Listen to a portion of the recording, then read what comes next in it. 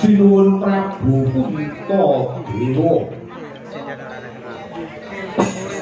Ndara weku Dara Ndara Arjuna tuwin Ndara Kembar. Kenging kula wastani njanur gunung Kadingareng. Arawuhmu mboten cetha langkung rumiyin. Kasih kula menika tiyang sepuh inggih minangka dados pamongmu. Rumaos kaget nampi rawuh paduka sinuwun Prabu Punta Dewa lan Punden Pandhawa. Umpamya paduka ngepengenaken kaliyan Semar Badraya mboten kok kedah paduka rawuh iku mboten ora nggo sitoke. Ning cekap paduka nimbali kula mesti sowan wonten ngarsamu Gusti. Mila monggo kula aturi paring dawuh. Rawuhmu gita sugati satenane wonten wigatos napa sinuwun.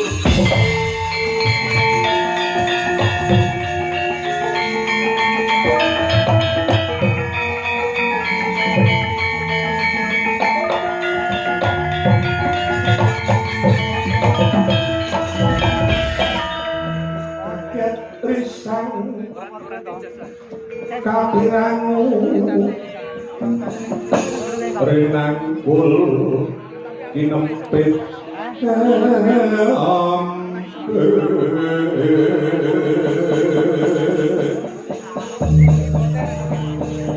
tuh sangat naning pawon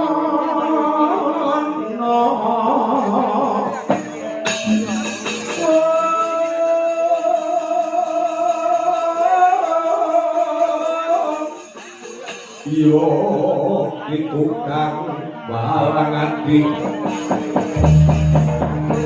yo itu kang sing tias yo itu kang kutu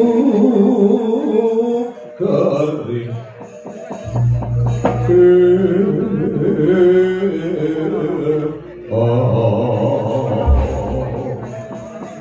kakang Semar sing gedhe pangaturane yen kok nang suprateng ana ing karang kembul takini ndadekake supaya rusak marang kamartikane kaki Badraya ingsun ora bakal tumeken ana ing karang kembul takini yen ora ana bab sing banget iki yai ingkang kaya ngono apa sekirane kaki Badraya bisa nampa apa kang dadi pangunek-uneke rasa turta prekatining penggalih kakang nggih sinuwun Hajenga Paduka niku dadi panguwasa Hajenga Paduka niku dadi narendra nanging Paduka niku tetep dadi omongan kuwa dadi pamong niku luwih angel tinimbang sing dimong ya senadyan derajat pangkate sing dimong niku luwih dhuwur ning yen wonten kadesan ning yen wonten papan mriki Paduka niku minangka dadi omongan kula yen Paduka kepenginaken menapa-menapa monggo kula aturi paring dawuh dinten iki estunipun wonten wigatos menapa sinuwun Kakang Semar ngertenono yen ing kalungguhan iki nggone ingsun pratenono ing karang kembulutan bebarengan kaliyan Raden Pandhawa ora ana liya kejaba mung sambung arapepe kaliyan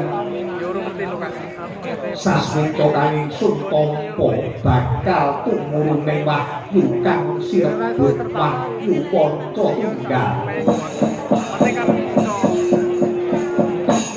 ing dene rumangsa kaget jroning ati satenane wahyu panca tunggal kuwi nalapa mergo jroning sasmita sapa mungsa sing bisa nampa wujuding wahyu panca tunggal kejaba pinardawa kamulyane pinanjang yuswa sapa sing bisa nampa wahyu panca tunggal bisa nampa katentreman yoga kabahagiaan kula kakang nggone ingsun temeke ana ing pangarepane Kaki Badraya mergo ingsun kepengin ngerti satenane wahyu panca tunggal kuwi apa kula ingkang ingsun wis tumangsa kasar ya mung Kakang Badraya sing bisa ngerteni sejatine wahyu panca tunggal kuwi apa Kyai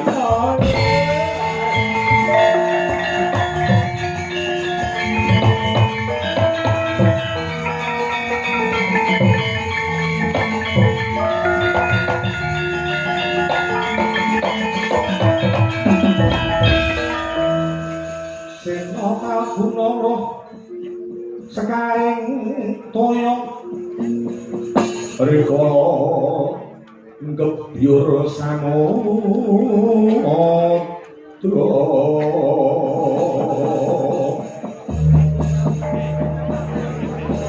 alun kulung gulungan lumembak penyuku mampang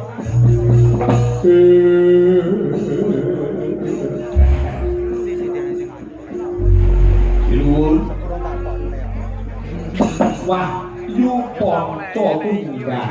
Nggih.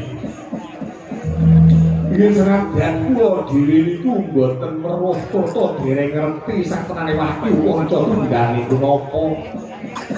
Ning kula niki ajenge netepi darmaning tamong. Kula ajenge netepi jenenge wong tuwa yen disambati karo momongane, yen disambati karo putra wayah. Ajenge kula bantu. Ning oleh kula bantu niku mboten kok saking pribadi kula niki mboten. Kula ajenge mbantu sekalian paduka sedaya. Badhe kula suwunke adil kunjuk wonten ngarsane Sang Hyang Wenang. Mila Gusti, monggo sedaya kemawon kula aturi mlebet wonten kuncung kula niki. Badhe kula suwunke adil wonten ngarsane kula Hyang Wenang. Oh, herke duwe paduka pantes minangka per 6 kae.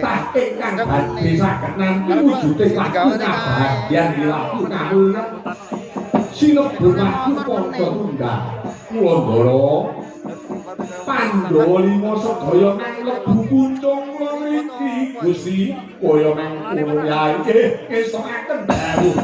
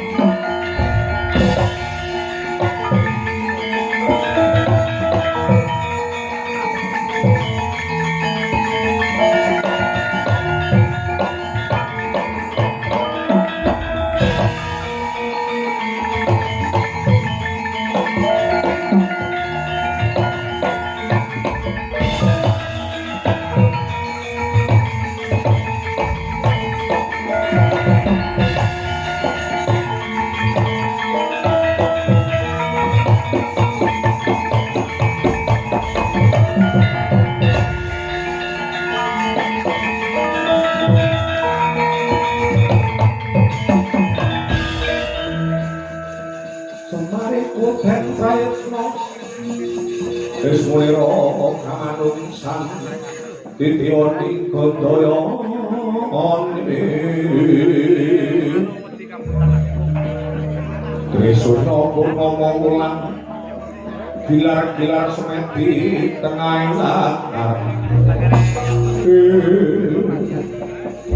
Jegrek Lurah Bodronoyo Yogi Lurah Semar Rikala senang tenang pijejiban saking para momongan yen ora katon ben anti sasmita badhe tumurune Wahyu Panca Tunggal sanalika ilang wujudane kaki Bodronaya Semar bleger dadi pupulan Sang Hyang Ismaya Trewusnya kanthi wujud Sang Hyang Ismaya sigra mijil saking karang kembulutan lesat ing angkasa sowan mring ngarsane Sang Hyang Wenang.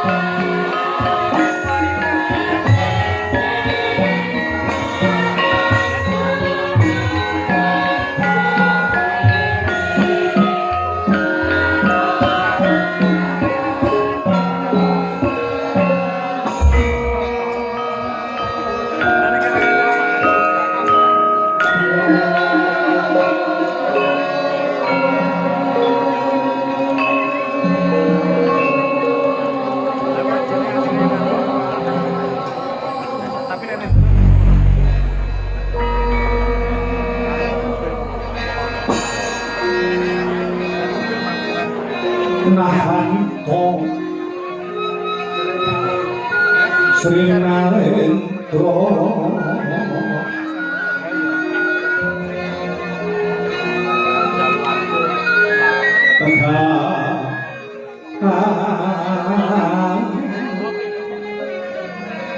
sini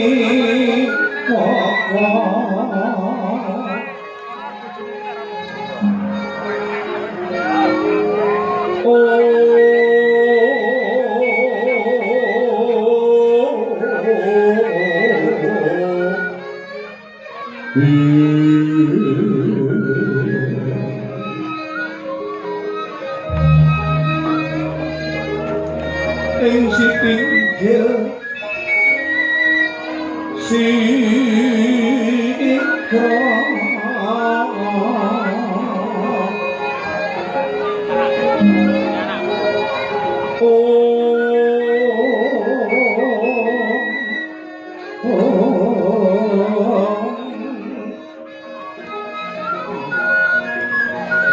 langgah ing dampar gento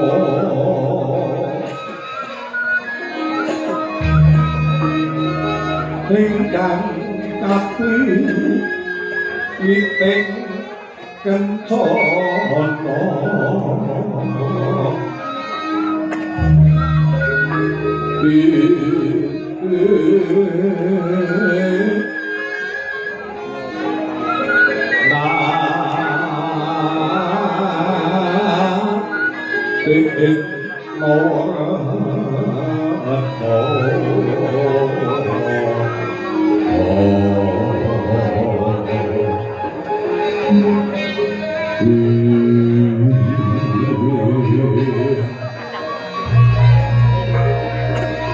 Sesewit aniro babut pangradandi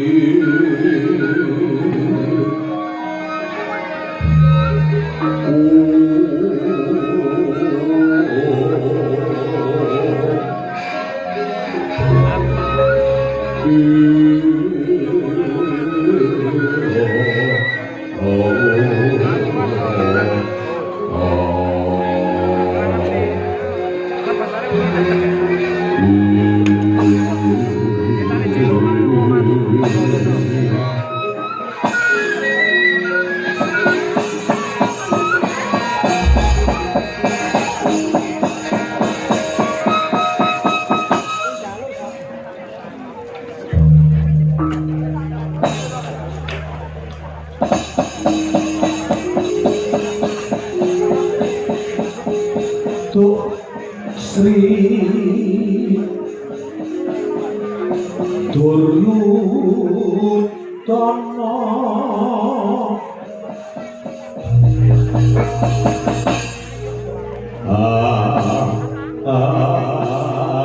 mengku asmara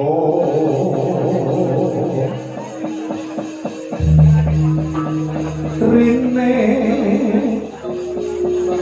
kang cinepta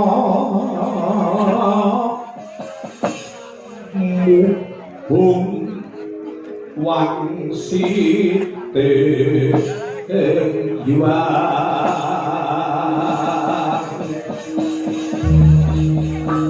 kang wahyu kamulyan mring wono durya pura karasane risang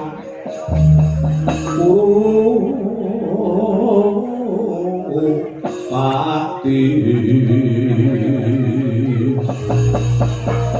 kanduta mring krisang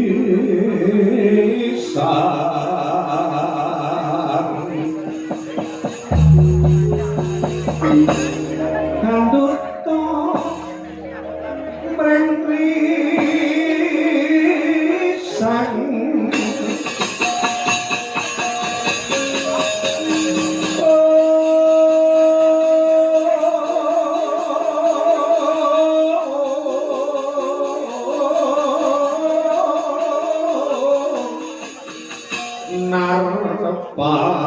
ing ngamonggo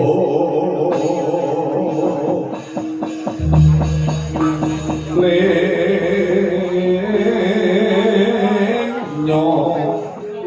durna manambo iwa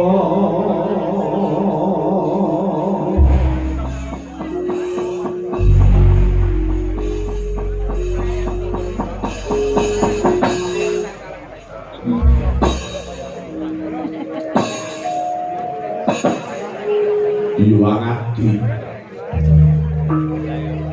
mugi mayungono sagung dumati Nur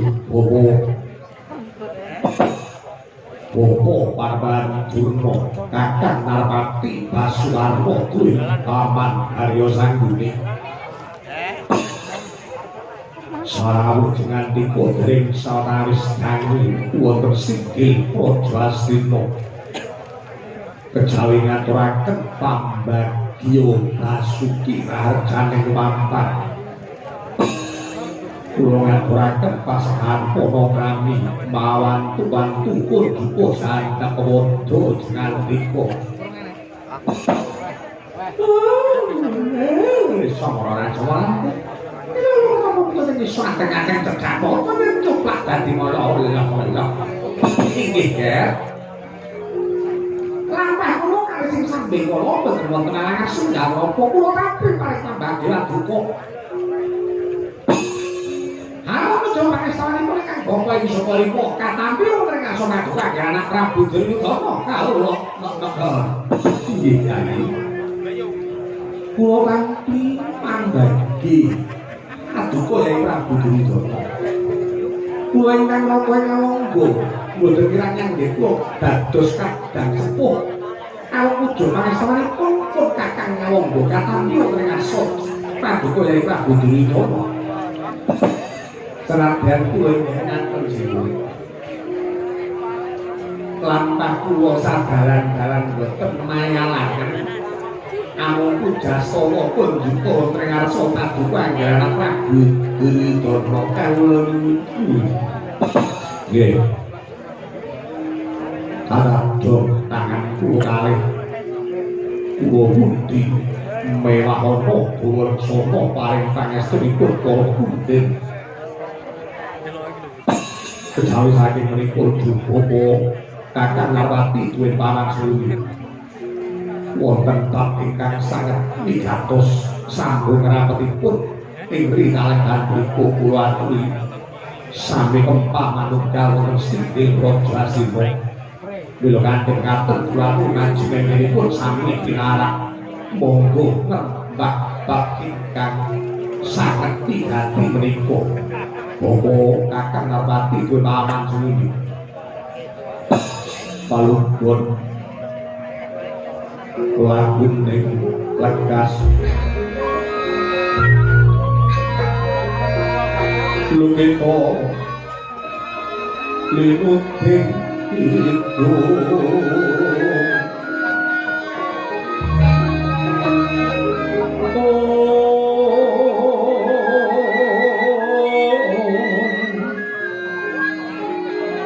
kadung kader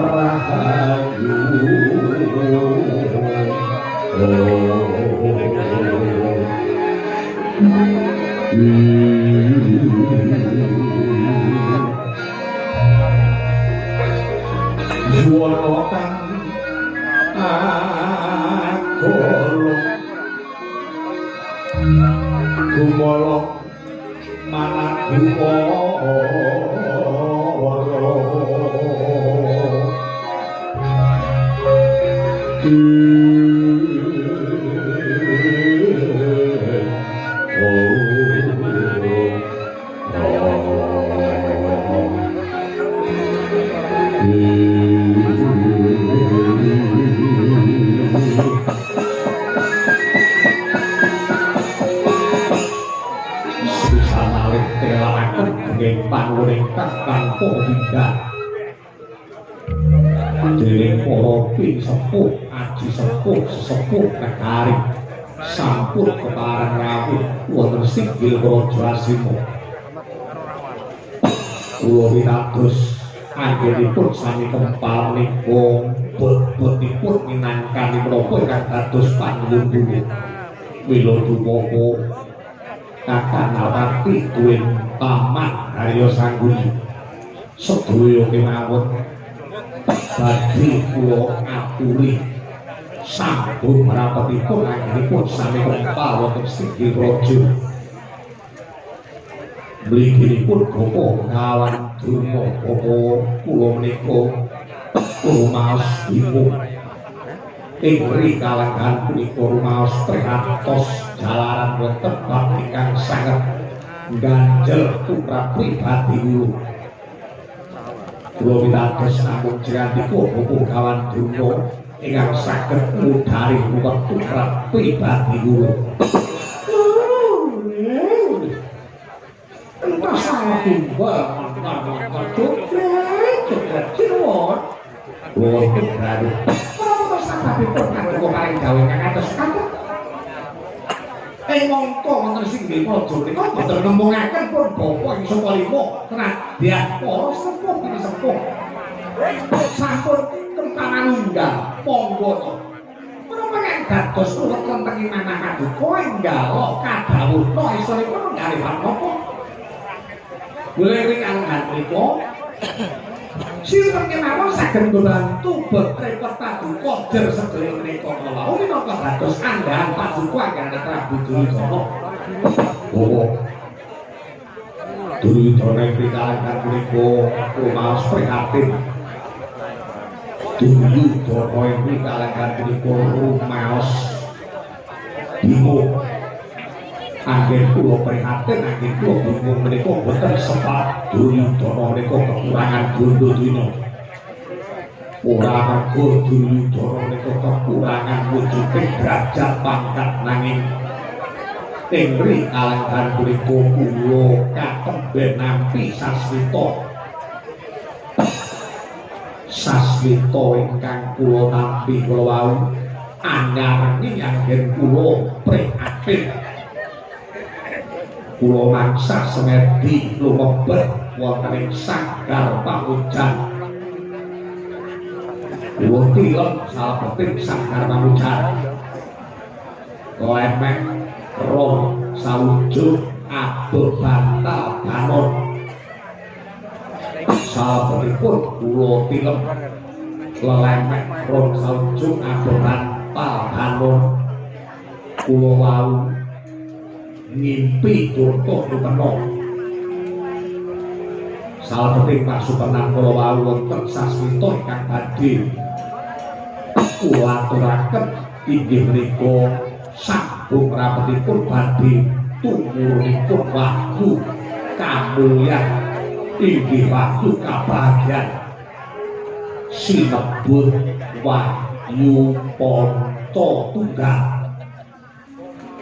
Oh, kula rumaos kaget salebetipun kula tilem dumiling wonten talinga wonten swanten ingkang nedahaken bilih medal ingkang badhe kelampahan badhe wonten wahyu ingkang tumurun dipun wastani Wahyu Ponto Tunggal.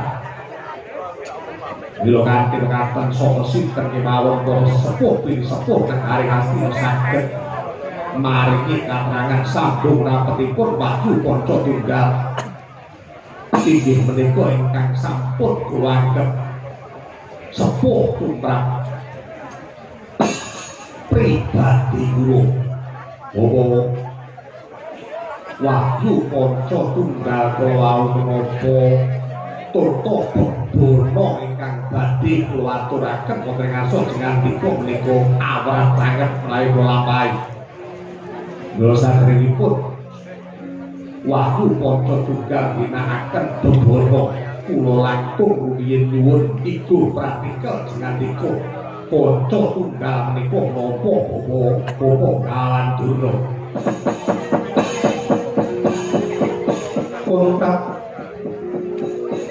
Utamane kakon dan nyokrateng Buddhaya enak ing yasing dasi kang samyo pradoing kayut kalih drambet narta tama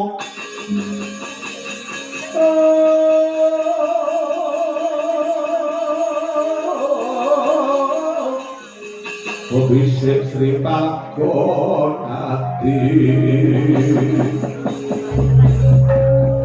Parang belum Rajaniro Mangkuno Tosiro Prabu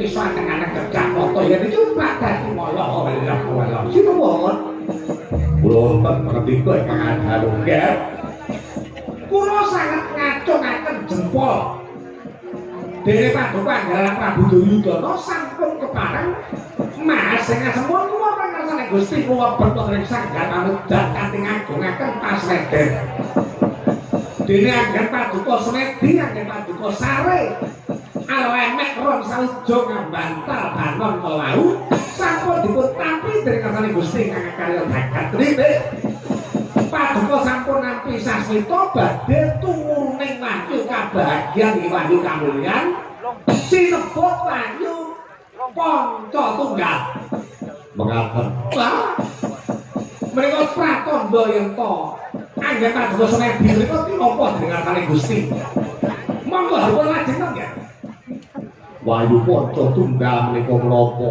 Lah, menika wahyu kabagyan, wahyu kamulyan. Mila mugi-mugi kanthi saya agengipun Paduka prihatin saya agengipun Paduka tirakat menika dadosa sarana wahyu Panca Tunggal saged Paduka tampi Anggara Prabu Duryudana. Nanging menapa nggih? Wonten bebana ingkang sangat awrat. Wonten bebaranipun pitukane niku abot. Pitukane abot niku napa? Wonten salebeting sasmita kula saged nampa kamulyan ing kabagyan. Wujudipun wahyu Panca Tunggal nanging bebananipun gulune tugeling gulu para Pandhawa menika kados pundi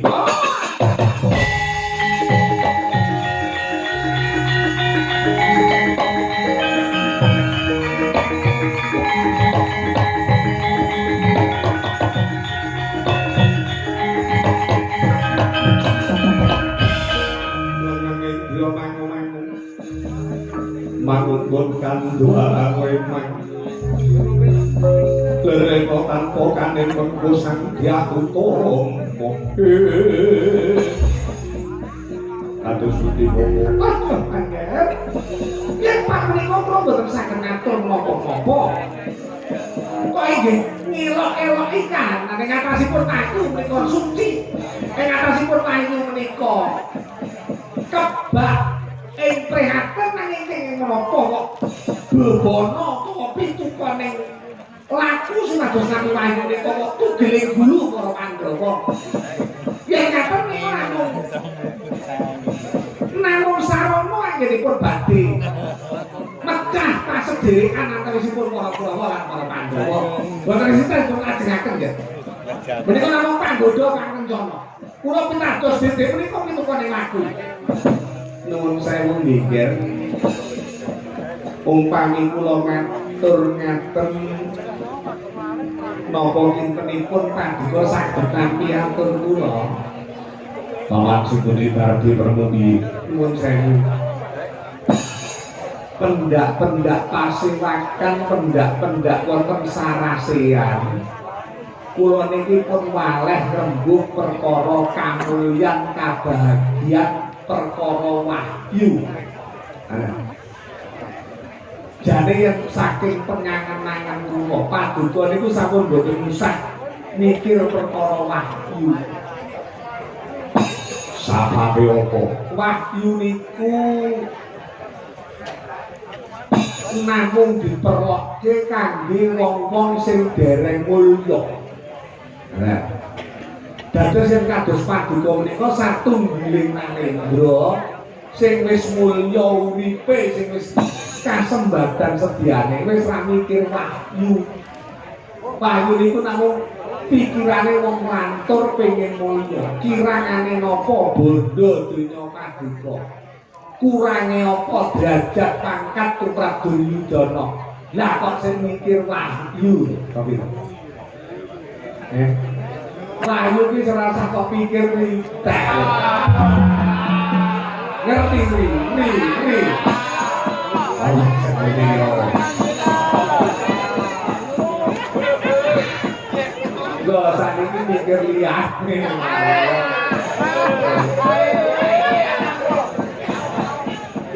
Iya banget nih, mau bodoh mikir wahyu. Jadi tembung wahyu itu paduka ora mboten ngerti. Wahyu niku tembung kangge para pedagang. Kula jenenge umpamane dagangane laris wah kae lho bakul bawang kae kok laris banget ya. Wah nama wahyu. Wahyu niku saka tembung wah ayu. Kae bakul bawang kae kewahyan wah ayu. Mula nampa wahyu. Paduka niku pun mulya wis penak uripe golek wahyu. Ki mongko wong ning donya niku diajeni lan ora niku gumantung derajat pangkat bondo donya. Wong niku apa?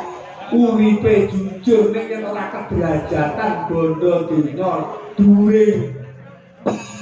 Derajat pangkat wong niku mboten enten gunane. Ora Pak. Nggih. Langkung wahyune gunane srana utawa tebusan gulune Pandhawa kudu pedhang. Lah niku ki ra marake korban kathah pun mboten usah gagas. Pun ora usah mikir perkara niku sing baku mulya panguripan paduka ketekan napa ingkang dadi sedya paduka suwun. Putra Pandhawa tata gatine saya Indriyaksa sora marut pawono ono pawono ono marakana panca ayu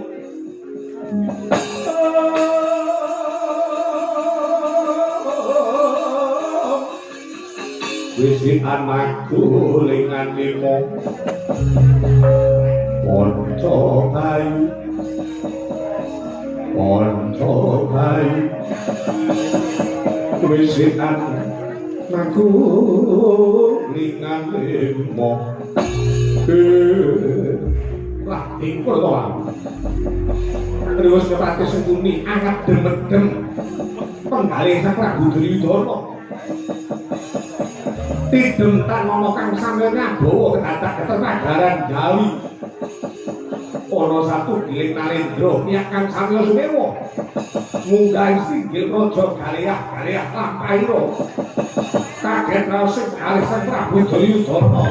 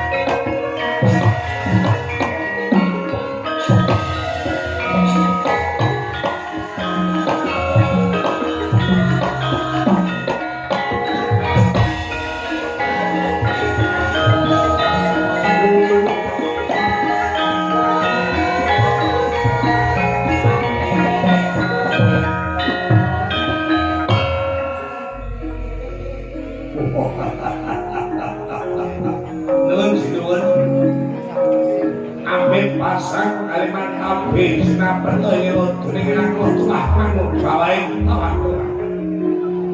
Dina bena siku dedane Gusti Agen kula kawantun marang wonten ngarsa paduka sinuwun wonten sikune Gusti kula pasrahaken ngarsa paduka sinuwun Prabu Duryudana. Yo kisana ingsun siprakan nuwunake pangapura to nglumudi lungguh kang prayoga ora ana ngesakaken dawuh.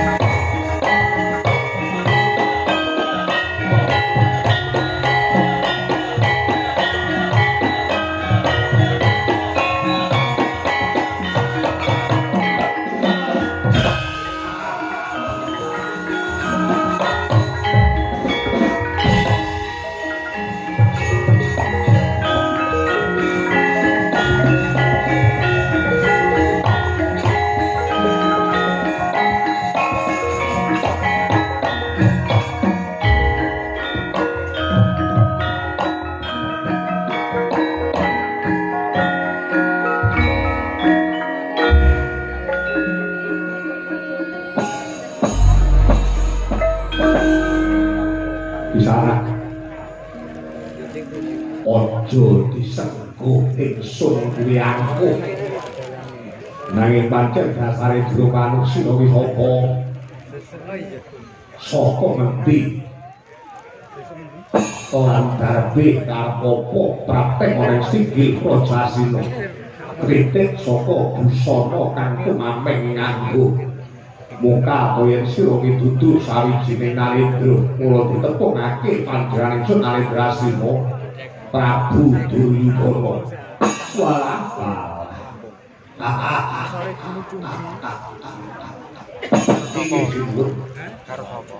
Menawi paduka Sura Prabu dangu kaliyan kula menika wingking saking negari Tunjungpura. Kula menika wingking saking negari Tunjungpura. Sudyamastani nami kula Prabu Klana Brahma Diraja. Kula saking negari Tunjungpura jujur kula Prabu Klana Brahma Diraja. Kula sampun tepung kaliyan paduka ingkang sinuwun Prabu Duryudana. Dene anggen kula sowan wonten ing ngarsa paduka kejawi wektu dhateng kalunjungan paduka Sura Prabu Duryudana. Kaliyan langkung rumiyin kula ngaturaken sumungkeming pangabekti marang tuwunjuk sahandap wadha paduka Gusti. Yo. Panare ingsun. Sira ngaturaken bekti pangestu ingsun wae tanpa lono. Inggih kathah dong tangan kula kalih. Kula pundi dadosa jimat paring pangestu paduka ingkang Sira Prabu Duryudana. Dene salajengipun kejawi Marduni ngaturaken sungkem bekti tebih praktik negari kula Tunjungpura. Kula sowan wonten ing ngarsa paduka menika kanthi niat kepengin keraketaken pasedherekan nyupeketaken kekadangan sampun ngantos wonten jurang pamisah antawisipun negari kula Tunjungpura kaliyan negari Kasina. Yen perlu kula kepengin ngenger wonten ing ngarsa paduka senadyan kula menika Nalendra. Kaya mangkono para Brahma Diraja nggih ngesakaken dawuh dening panarima tanpa upama.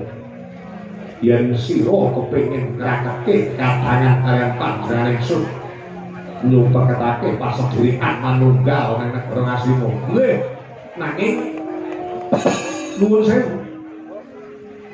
Kula pami matur wonten ngarsa paduka mekaten menapa dipun keparengaken. Darbe atur apa meneh. Nuwun sewu. Kula kepengin kecaketan kaliyan paduka ingkang Sira Prabu Duryudana menika wonten dasar-dasaripun. Bisa kula menika Nalendra taksih muda kula menika narendra kang kasinungan kadigdayan kaprawiran ingkang minangka ning wonten cacatipun tumrap kula Senajan kula menika sugih bondo banyu during derajat pangkat taksih muda ning cacat kula menika kula dereng para kama garis miringe kula niki dereng rabi lho anggen kula kepengin ngenger wonten ing ngarsa kadhupan anggen kula kepengin manunggal kaliyan negari Ngastina Kalawau kula namung kepengin nuwun pambiyantu paduka ingkang Sri Prabu Duryudana kula ngertos yen paduka Sri Prabu Duryudana menika Narendra Astina ingkang kagungan putra putri Sulistya ing pasuryan inggih menika Kusumayu Dewi Lesmanawati putra putri paduka ingkang Sri Prabu Duryudana ingkang sesilih Kusumayu Dewi Lesmanawati menika menawi dipun keparengaken badhe kula suwun kula ajak omah-omah kula dadosaken garwa prameswari wonten negari kula Tunjungkura mila kanjeng ngaten Bloko Suta kula kepengin dipun pundhuta putra mantu kaliyan paduka Sri Prabu Duryudana dene upami paduka Sri Prabu Duryudana kepareng mundhut putra mantu kaliyan kula wonten dalu menika sampun pinten-pinten grobak Mas Titis Raja Brama ingkang sampun kula usungi kaya dene wedi krikil kula ileke kaya banyu bondo donya Tunjungkura minangka dados mas kawin kangge kula badhe kala pikantuk kaliyan putra putri paduka nanging yen to paduka Sri Prabu Duryudana lho sewu mboten napa panglamar kula wonten ngajeng kula sampun matur kula menika Narendrana duwe bondo donya sing akeh uga kula menika duwe kasekten kaprawiran yen nganti panglamar kula menika dipun tolak kula mboten pida-pida badhe bedah areng Astina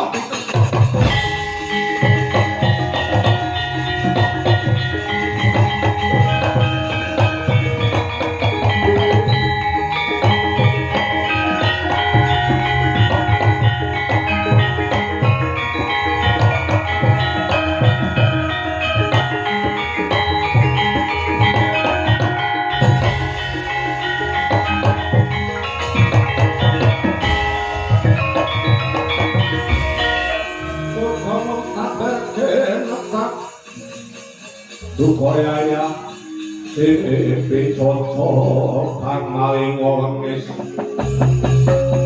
Kumatot Kadoning Mati Petro Pucak Mundaratir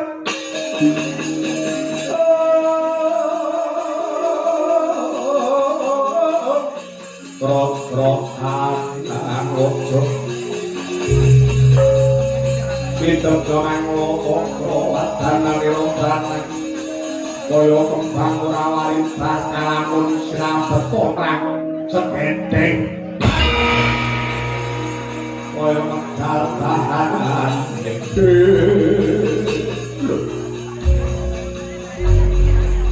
sampeyan iki sapa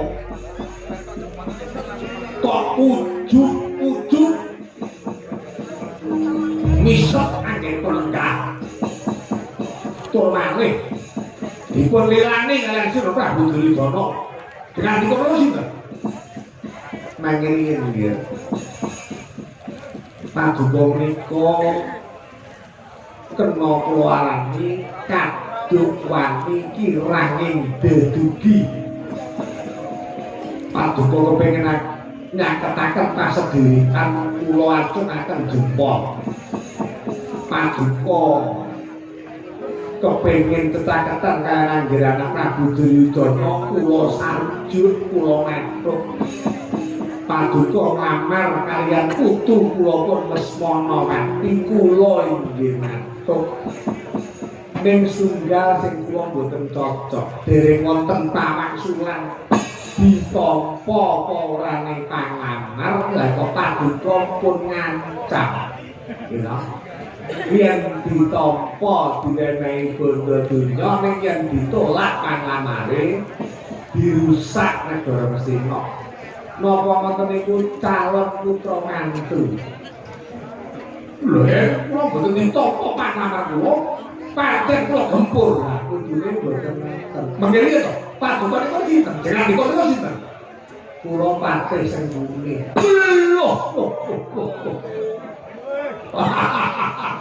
patih sing bumi niku jenengan niku kuwi inggih kenapa wonten nggih kula jenengan niku kondang kula kondang dipun kondang patih sekti lho mboten kula kondang patih Wibowo niku nggih mboten lah kondang napa teng gere sampeyan sampeyan niku kondang patih sing lecet lecet ratu ning lecet iku patih sepune julik ratu ning julik iku patih sepune woi iki to priyayi iki wong lecet iki ngene iki to model sembahyang karang ketemu wis ngelokke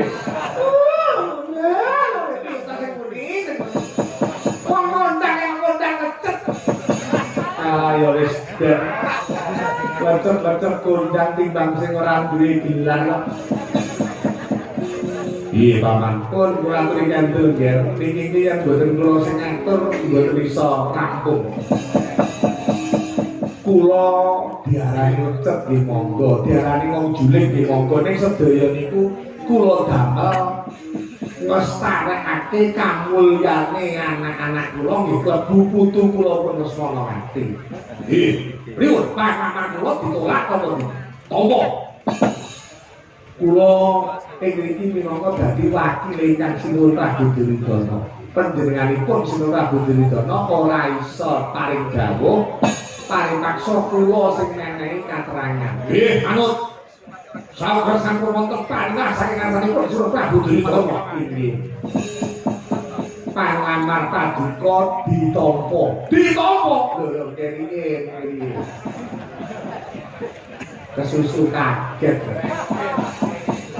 bayar ditampa niku jenenge kula niku bombong langsung anak ditampa ning kanthi sarana ya wonten bebono wonten saranganipun padha Basuki mawa biya wong gayuh wong wadon wong wedok saya ayu rupane saya bergas kahanane kuwi regane saya larang wong milik wong wadon iku saya endah saya apik leragat iku saya kathah mergo wong apik niku yen ora diragati mengko dadine apike luntur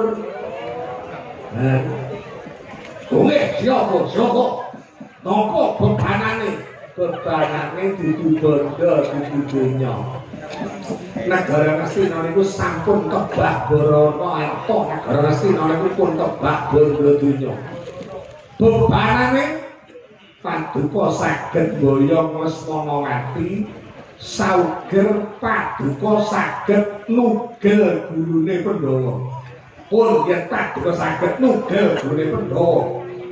Esuk saged nugel sore diparingi. Sore saged mikirke Pandhawa, esuk Lesmanawati diparingi.